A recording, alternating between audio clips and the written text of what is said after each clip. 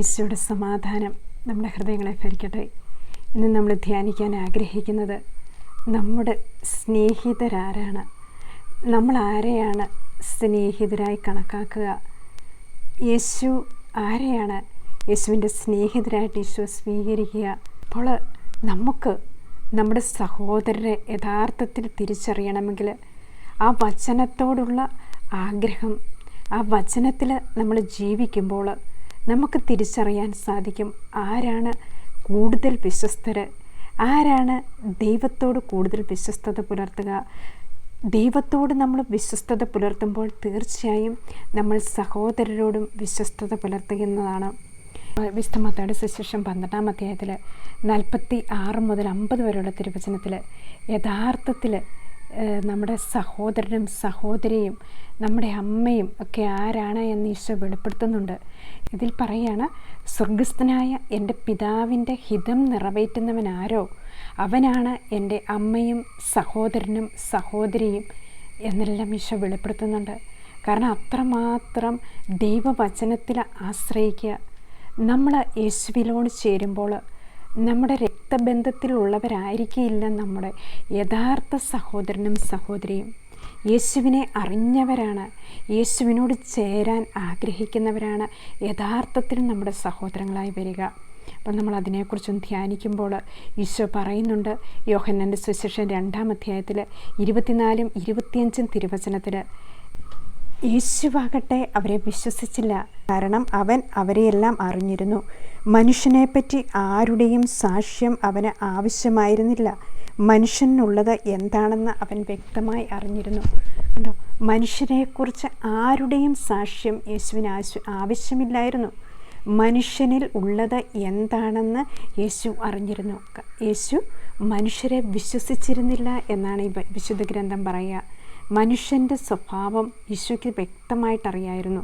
മനുഷ്യൻ എപ്പോഴും മാറിക്കൊണ്ടിരിക്കുന്ന ഒരു സ്വഭാവമാണ്. ഇന്ന് നമ്മൾ പറയുന്നതായിരിക്കില്ല നാളെ പറയുക. ഈശോയാകട്ടെ മനുഷ്യനിൽ വിശ്വസിച്ചില്ല എന്നാണ് പറയുക.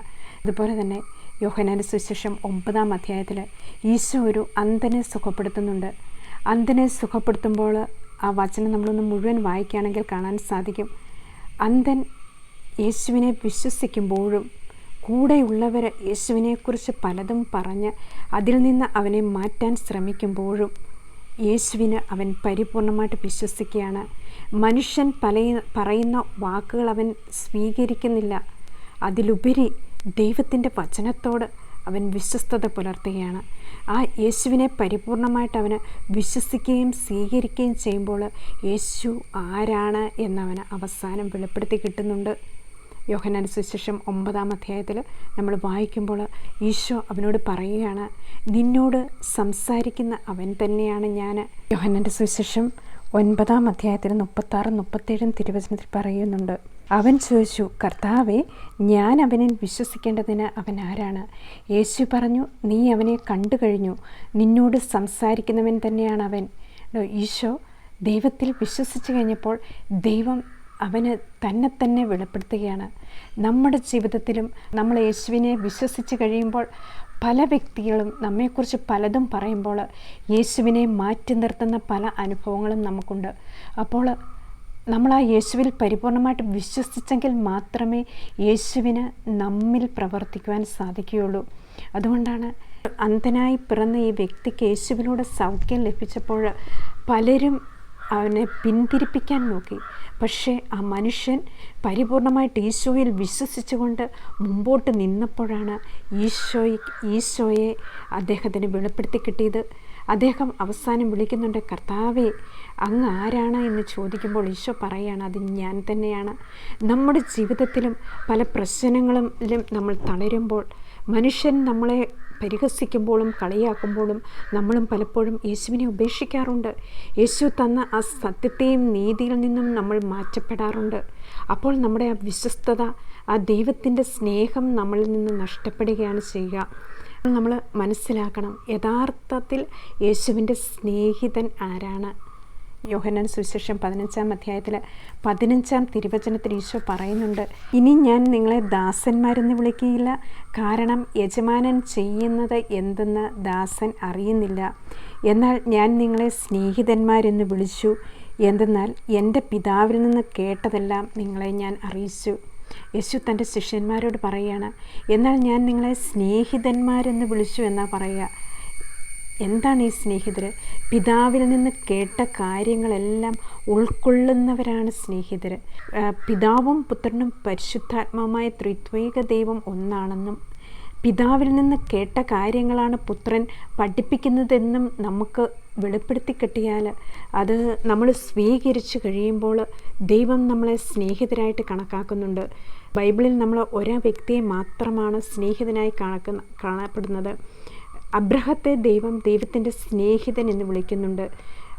ആ യേശുവിൻ്റെ ഹൃദയത്തോട് നമ്മൾ ചേരുമ്പോൾ, യേശുവിൻ്റെ പീഡാസഹനത്തോട് തൻ്റെ പിതാവിൻ്റെ ഹിതം നിറവേറ്റുവാനായിട്ട് നമ്മളും ആഗ്രഹിക്കുമ്പോൾ നമ്മൾ ദൈവത്തിൻ്റെ സ്നേഹിതരായി മാറുകയാണ്. അപ്പോൾ മാത്രമേ ദൈവത്തിന് നമ്മിൽ വിശ്വാസം അർപ്പിക്കുവാൻ സാധിക്കുകയുള്ളൂ. അപ്പോൾ നമ്മൾ ആ ദൈവത്തിൻ്റെ വചനം നമ്മൾ അനുസരിക്കുമ്പോൾ ദൈവം നമ്മിൽ വിശ്വസിക്കുകയാണ്, ദൈവം നമ്മിൽ വിശ്വാസം അർപ്പിക്കുകയാണ്. അപ്പോഴാണ് നമ്മൾ ദൈവത്തിൻ്റെ വിശ്വസ്തരായ ശിഷ്യരായി മാറുക. വിശുദ്ധ പൗലോസ്ലീഹ യേശുവിൻ്റെ വിശ്വസ്തനായ സ്നേഹിതനായിരുന്നു, വിശ്വസ്ത ഭൃത്യനായിരുന്നു. 1 കൊരിന്ത്യർ 4:2 തിരുവചനത്തിൽ പറയുന്നുണ്ട്, കാര്യസ്ഥന് വിശ്വസ്തത കൂടിയേ തീരൂ.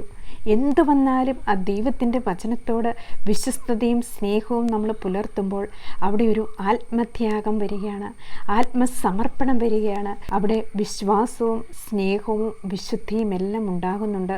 2 കൊരിന്ത്യർ 2-ാം അധ്യായം 17-ാം തിരുവചനത്തിൽ വിശുദ്ധ പൗലോസ്ലീഹ പറയുന്നില്ലേ, ദൈവവചനത്തിൽ മായം ചേർത്ത് കച്ചവടം ചെയ്യുന്ന അനേകരുണ്ട്, അവരെപ്പോലെ അല്ല ഞങ്ങൾ, മറിച്ച് ദൈവസന്നിധിയിൽ വിശ്വസ്തരും ദൈവത്താൽ നിയോഗിക്കപ്പെട്ടവരും എന്ന നിലയിൽ ക്രിസ്തുവിൽ ഞങ്ങൾ സംസാരിക്കുന്നു.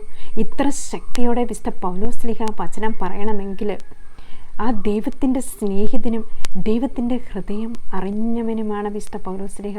അതിൽ പറയാണ്, ദൈവവചനത്തിൽ മായം ചേർത്ത് കച്ചവടം ചെയ്യുന്ന അനേകരുണ്ട്. നമ്മൾ ഈ ക്രിസ്തുവിൻ്റെ വചനം അനുസരിക്കാതിരിക്കുമ്പോൾ ആ വചനത്തിൽ നമ്മൾ മായം ചേർക്കുകയാണ് ചെയ്യുക. ദൈവത്തിൻ്റെ വചനം നമ്മൾ കച്ചവടത്തിന് വേണ്ടി എടുത്ത് ഉപയോഗിക്കുമ്പോൾ, പണത്തിനും പ്രതാപത്തിനും നമ്മുടെ മഹത്വത്തിനും ഒക്കെ വേണ്ടി നമ്മൾ കർത്താവിൻ്റെ വചനത്തെ ദൈവരാജ്യത്തെ ഉപയോഗിക്കുമ്പോൾ അവിടെ ഒരു കച്ചവടം സംഭവിക്കുകയാണ്, വിശ്വസ്തത നഷ്ടപ്പെടുകയാണ്. പൗലോസ്ലീഹ എന്താ പറയുക, അവരെപ്പോലെ അല്ല ഞങ്ങൾ, മറിച്ച് ദൈവസന്നിധിയിൽ വിശ്വസ്തരും ദൈവത്താൽ നിയോഗിക്കപ്പെട്ടവരും എന്ന നിലയിൽ ക്രിസ്തുവിൽ ഞങ്ങൾ സംസാരിക്കുന്നു എന്നാണ് വിശുദ്ധ പൗലോസ്ലീഹ പറയുക. അതുപോലെ തന്നെ നമ്മൾ 1 കൊരിന്ത്യർ 2-ാം അധ്യായം ഒന്ന് ധ്യാനിക്കുകയാണെങ്കിൽ വിശുദ്ധ പൗലോസ്ലീഹ പറയുകയാണ്, നിങ്ങളുടെ ഇടയിലായിരുന്നപ്പോൾ യേശു ക്രിസ്തുവിനെക്കുറിച്ചല്ലാതെ, അതും ക്രൂശിതനായവനെക്കുറിച്ചല്ലാതെ മറ്റ് ഒന്നിനെക്കുറിച്ചും അറിയേണ്ടതില്ല എന്ന് ഞാൻ തീരുമാനിച്ചു. ആ ക്രൂശിതനെക്കുറിച്ച് അറിഞ്ഞ് വരുമ്പോഴാണ് ക്രിസ്തുവിൻ്റെ മനസ്സ് അറിയുവാനുള്ള കൃപ ദൈവം നമുക്ക് തരിക. 1 കൊരിന്ത്യർ 2:16 പറയുന്നുണ്ട്, കർത്താവിനെ പഠിപ്പിക്കാൻ തക്കവിധം അവിടുത്തെ മനസ്സറിഞ്ഞവർ ആരുണ്ട്? ഞങ്ങളാകട്ടെ ക്രിസ്തുവിൻ്റെ മനസ്സറിയുന്നു. ആ ദൈവത്തിൻ്റെ മനസ്സ് അറിയുവാനുള്ള ആ ഗ്രേസ് എപ്പോഴാണ് നമുക്ക് ലഭിക്കുക? ദൈവം നമ്മിൽ വിശ്വാസം അർപ്പിക്കുമ്പോൾ, ദൈവത്തിന് സ്വന്തമാണ് നമ്മളെന്നും ആ വചനത്തിനോട് നമ്മൾ വിശ്വസ്തത പുലർത്തും എന്നും ദൈവം അറിയുമ്പോഴാണ് അവിടുത്തെ കൃപകളുടെ ആ രഹസ്യത്തെക്കുറിച്ച് നമ്മൾക്ക് മനസ്സിലാക്കി തരിക. അതാണ് കാര്യസ്ഥന് വിശ്വസ്തത കൂടിയേ തീരൂ. കാര്യസ്ഥനായിട്ട്, ക്രിസ്തുവിൻ്റെ കാര്യസ്ഥരായിട്ട് നമ്മൾ മാറുക. 2 തിമോത്തി 2-ാം അധ്യായത്തിൽ 1 മുതലുള്ള തിരുവചനത്തിൽ ക്രിസ്തുവിൻ്റെ പടയാളിയെക്കുറിച്ച് വിശുദ്ധ പൗലോസ്ലീഹ പറയുകയാണ്, എൻ്റെ മകനെ, നീ യേശുക്രിസ്തുവിൻ്റെ കൃപാവരത്തിൽ നിന്ന് ശക്തി സ്വീകരിക്കുക. അനേകം സാക്ഷികളുടെ മുൻപിൽ വെച്ച് നീ എന്നിൽ നിന്ന് കേട്ടവ മറ്റുള്ളവരെ കൂടി പഠിപ്പിക്കുവാൻ കഴിവുള്ള വിശ്വസ്തരായ ആളുകൾക്ക് പകർന്നു കൊടുക്കുക. യേശുക്രിസ്തുവിൻ്റെ നല്ല പടയാളിയെപ്പോലെ കഷ്ടപ്പാടുകൾ സഹിക്കുക. യേശുവിൻ്റെ നല്ല പടയാളി എന്താണ് കിട്ടുക? കഷ്ടപ്പാടുകൾ ലഭിക്കുകയാണ്. ക്രിസ്തുവിൻ്റെ നാമത്തെ പ്രതി അപമാനം സഹിക്കാൻ യോഗ്യത ലഭിച്ചുകൊണ്ട് അവരെ തുള്ളിച്ചാടിക്കൊണ്ട് സിനഗോഗിൽ നിന്ന് പുറത്താകുകയാണ്. അപ്പോസ്തല പ്രവർത്തനം 5-ാം അധ്യായം 40-41 തിരുവചനത്തിൽ പറയുകയാണ്, അവരാകട്ടെ യേശുവിൻ്റെ നാമത്തെ പ്രതി അപമാനം സഹിക്കുവാൻ യോഗ്യത ലഭിച്ചതിൽ സന്തോഷിച്ചുകൊണ്ട് സംഘത്തിൻ്റെ മുൻപിൽ നിന്ന് പുറത്തുപോയി എല്ലാ ദിവസവും ദേവാലയത്തിൽ വെച്ചും ഭവനം തോറും ചെന്ന് യേശുവാണ് ക്രിസ്തുവെന്ന് പഠിപ്പിക്കുകയും പ്രസംഗിക്കുകയും ചെയ്യുന്നതിൽ നിന്ന് അവർ വിരമിച്ചില്ല എന്നാണ് പറയുന്നത്. യേശുവിൻ്റെ നാമത്തെ പ്രതി അപമാനം സഹിക്കാൻ യോഗ്യത ലഭിച്ചതിൽ സന്തോഷിച്ചുകൊണ്ട് അവർ സംഘത്തിൻ്റെ മുൻപിൽ നിന്ന് പുറത്തുപോയി. ഈശോയുടെ നാമത്തിന് വേണ്ടി അപമാനം സഹിക്കുവാനായിട്ട് യോഗ്യത ലഭിക്കുന്ന ഒരു സർട്ടിഫിക്കറ്റാണ് നമ്മൾ ക്രിസ്തുവിൻ്റെ നാമത്തിൽ ക്രിസ്തുവിൻ്റെ സ്നേഹിതന്മാരാകുമ്പോഴും ക്രിസ്തുവിൻ്റെ സ്വന്തമാകുമ്പോഴും നമുക്ക് ലഭിക്കുക. അപ്പോൾ നമ്മൾ ഈശോയിൽ വരുമ്പോൾ നമ്മളെ പരിഹസിക്കുകയും അപമാനിക്കുകയും എല്ലാവിധ തിന്മകളും നമ്മൾക്കെതിരെ വ്യാജമായി പറയുകയും ചെയ്യുമ്പോൾ ഈശോയിൽ നമ്മൾ സന്തോഷിക്കണം.